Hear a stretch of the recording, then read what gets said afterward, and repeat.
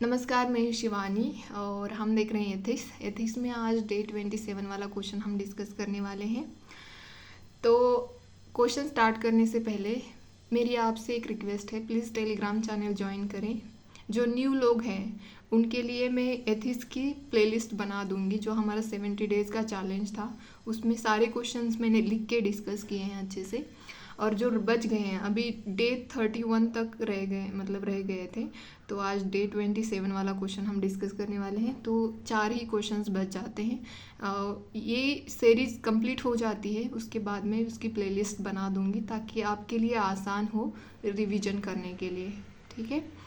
अगर डेली भी आप एक वीडियो देखोगे ना प्रीलिम्स के, ये जो अब हमारी प्रीलिम्स पास आ रही है, तो इसके साथ साथ डेली भी आप वीडियो देखेंगे तो आपका रिवीजन हो जाएगा। तो चलो देखते हैं क्वेश्चन क्या है। क्वेश्चन आज का ये है, hatred is a destructive of a person's wisdom and conscience that can poison a nation spirit. Do you agree with this view? Justify your answer. तो क्वेश्चन ये है, जो हेट्रेड होता है उसकी वजह से पर्सन का जो नॉलेज होता है, जो कंसाइंस होता है, वो डिस्ट्रक्ट हो जाता है।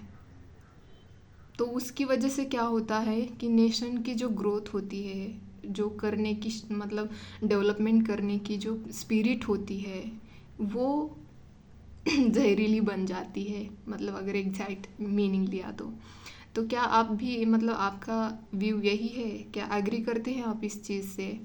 तो उसको हमें यहाँ पे लिखना है। तो मैंने यहाँ पे इंट्रोडक्शन लिखा है, hatred is a strong negative emotion that can drive oneself to extreme behaviour such as violence, murder and war. तो हेट्रेड आपको भी पता है, हेट्रेड एक निगेटिव इमोशन है। मतलब ग्रीड भी एक निगेटिव इमोशन है, वैसे ही हेट्रेड एक निगेटिव इमोशंस है। अगर किसी भी इंसान के अंदर हेट्रेड है ना, तो उसके लिए तो ठीक नहीं ही है, बट उसके जो सराउंडिंग लोग रहते हैं ना, उनके लिए भी वो सही नहीं होता है। एक्चुअली हेट्रेड सही होता ही नहीं है, किसी के लिए भी नहीं। तो हमें किसी का तिरस्कार नहीं करना चाहिए, कभी भी नहीं। उसके ऊपर सलूशन निकालना चाहिए, बट तिरस्कार कभी नहीं करना चाहिए।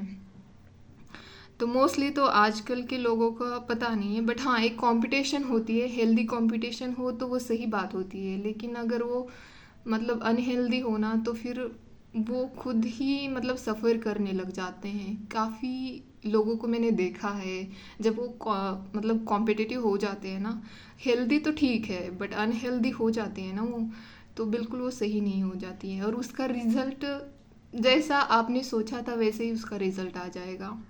ना ही आप इधर के रहोगे ना उधर के रहोगे। तो इसीलिए ना, हमेशा याद रखना, तिरस्कार कभी करना नहीं है किसी का भी नहीं करना है। भले ही उस सामने वाले इंसान ने आपके साथ गलत किया भी होगा ना, तभी भी उसका तिरस्कार नहीं करना है। जब आप तिरस्कार की भावना में होते हैं ना, तो आपके हेल्थ पे उसका असर बहुत ज़्यादा दिखाई देता है। जिसका तिरस्कार कर रहे हो आप, उसको तो कोई फ़र्क नहीं पड़ता, लेकिन आपके हेल्थ पे उसका असर दिखाई देता है। तो तिरस्कार नहीं करना है हमें। It is harmful and destructive of a person's wisdom and a nation spirit. तो ये तो बात सही है।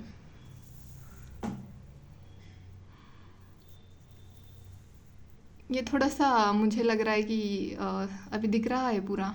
हाँ, तो मैंने यहाँ पे सब हेडिंग डाली है, ट्रेड में आल्सो लीड टू। क्या क्या हो सकता है जब तिरस्कार होता है, तो क्या क्या चीज़ें होने लग जाती हैं। Obstacle in the progress and growth of a country. Country की जो प्रोग्रेस हो रही होती है, जो ग्रोथ हो रही है, उसमें बहुत सारी बाधाएं आने लग जाती है। एग्जाम्पल मैंने यहाँ through religious violence, communal violence in नहर डिस्ट्रिक्ट। अभी हमने 2023 में देखा है कि जो नहर डिस्ट्रिक्ट है हरियाणा का, वहाँ पे कम्युनल वायलेंस हुआ था। इसकी वजह से सारी इकोनॉमिकल एक्टिविटी जो होती है हमारी डेली, उसमें डिसरप्शन आने लग जाता है। तो इसका असर दिखाई देता है कि हमारे जो नेशन है उसके इकोनॉमिक ग्रोथ पे उसका असर दिखाई देता है। तो ये मैंने यहाँ पे एग्जांपल लिखा। Second, curbing of individual freedom. Individual जो फ्रीडम होता है वो उस पे हमारे मतलब बैन आने लग जाता है। एक टाइप का बैन ही कह सकते हैं ना। Illogical intolerance often leads to taking away individual freedom and right. मतलब कोई लॉजिक ही नहीं होता है। अब हम देख सकते हैं ना, पैट्रियार्की में ये प्रॉब्लम होती है कि अगर सपोज किसी लड़की का अफेयर अगर पेरेंट्स को पता चल जाता है तो उसका एजुकेशन ही बंद कर देते हैं। तो उसके जो इंडिविजुअल फ्रीडम होता है, क्योंकि उनको अफेयर इस वर्ड से इतना चीड़ होती है कि मतलब ये कैसे हो सकता है, हमारी इज्जत और मतलब वो टॉलरेट ही नहीं कर पाते हैं इस चीज़ को। और उसका जो फ्रीडम था कि राइट टू एजुकेशन का फ्रीडम है, उस पर वो बैन लगा देते हैं। तो फिर ये भी होता है कि जो हमें लाइफ पार्टनर चूज़ करना है उसके भी राइट्स पे वो पूरा कर्बिंग लगा देते हैं। ठीक है, तो चलो फिर अभी नेक्स्ट देखते हैं। तो नेक्स्ट है ये पॉलिटिकल इंस्टेबिलिटी। पॉलिटिकल इंस्टेबिलिटी जब आती है ना, तो कैसे आती है आपको तो पता ही होगा। तो massive clashes result in political blame game जो करते रहते हैं ना पॉलिटिकल लीडर्स, एक दूसरे पर निशाना साधना, ये सब हम पेपर में पढ़ते हैं। तो ऐसे एक दूसरे पे ब्लेम लगाते रहते हैं, इंटरफेरेंस करते रहते हैं, अननेसेसरी मेजर्स जो होते हैं वो क्या करते हैं, पॉलिटिकल इंस्टेबिलिटी लाते हैं। इससे क्या होता है, जो हमारे आपने देखा होगा जो हमारे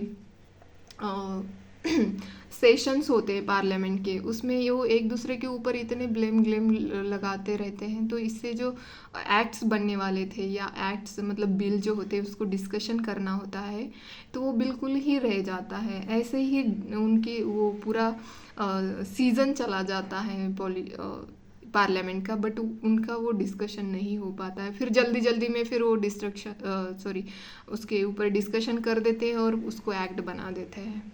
तो उससे जाके फिर अफेक्ट होगा, वो पूरे सोसाइटी के ऊपर उसका असर दिखाई देता है। तो ये पॉलिटिकल इंस्टेबिलिटी आती है। तो फोर्थ लिखा है मैंने यहाँ पे, डिस्ट्रक्शन ऑफ सोशल हारमोनी।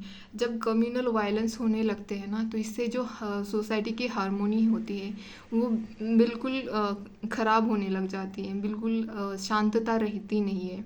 जैसे कि मैंने एग्जांपल लिखा है यहाँ पे, मणिपुर कम्युनल वायलेंस जो हुआ था उससे क्या हुआ था, एक तो हेट्रेड बहुत स्प्रेड हो गया था और जो सोशल हमारा फैब्रिक होता है वो डिमिनिश हो गया था। तो यहाँ पे मैंने ये एग्जांपल लिखा है। फिर देखते हैं फिफ्थ वाला। फिफ्थ है डिप्राइवेशन ऑफ सिविल राइट। जैसे कि अब हम देख रहे हैं जो ऑनगोइंग इजराइल पैलेस्टाइन वाला कन्फ्लिक्ट है, मतलब हमास वाला। तो इससे क्या हो रहा है कि जो बेचारे सिविलियन का क्या उसमें गलती है। वॉर तो मतलब आइडियोलॉजी के बीच में बोलो या किसी भी कारण होता होगा, बट भुगतना किसको पड़ता है, सिविलियन को भुगतना पड़ता है। तो ये जो वायलेंस की साइकिल है वो इसकी वजह से काफ़ी लोग सफ़र करते हैं और इवन उनको बेसिक यूनिवर्सल राइट जो है वो भी नहीं मिलते हैं। तो ये मैंने यहाँ पे एग्जांपल लिखा है। और लास्ट में मैंने यहाँ पे कंक्लूड किया है, लिखा है एडोल्फ हिटलर जो था उसका hatred for Jew lead to the corruption of many German citizen, in result devastating effect on the German nation and it conscience. Therefore, hatred is a serious threat to a person's wisdom, well-being and nation's welfare. हम सबसे जीता जागता उदाहरण, मतलब जीता जागता क्या, but काफ़ी टाइम से चला आ रहा है ये, हिटलर का सबसे दुनिया का सबसे बड़ा एग्जाम्पल है कि हेट्रेड में कैसे उसने कितनी तबाही मचाई थी। तो हेट्रेड कभी अच्छा नहीं होता है और किसी के लिए भी नहीं होता और किसी नेशन के लिए भी अच्छा नहीं होता। जो ये वॉर चल रहे हैं ना, यूक्रेन रशिया वाला या पैलेस्टाइन इज़राइल का देख रहे हो, इससे क्या हो रहा है, कुछ हासिल कर रहे हैं ये लोग, कुछ भी हासिल नहीं कर रहे हैं, बल्कि ज़्यादा तो ज़्यादा डिस्ट्रक्शन ही होता जा रहा है। जो पीस होती है वो सब ख़राब होती जा रही है। तो हेट्रेड कभी अच्छा नहीं होता है, बस यही याद रखना है। तो चलो, कि आज का आपको ये डिस्कशन अच्छा लगे तो प्लीज़ लाइक शेयर सब्सक्राइब कर दें। और आपकी कोई भी प्रॉब्लम्स हो ना, मतलब रिलेटेड यूपीएससी प्रिपरेशन, आप कमेंट बॉक्स में मुझे पूछ सकते हैं। ठीक है, धन्यवाद आज के लिए।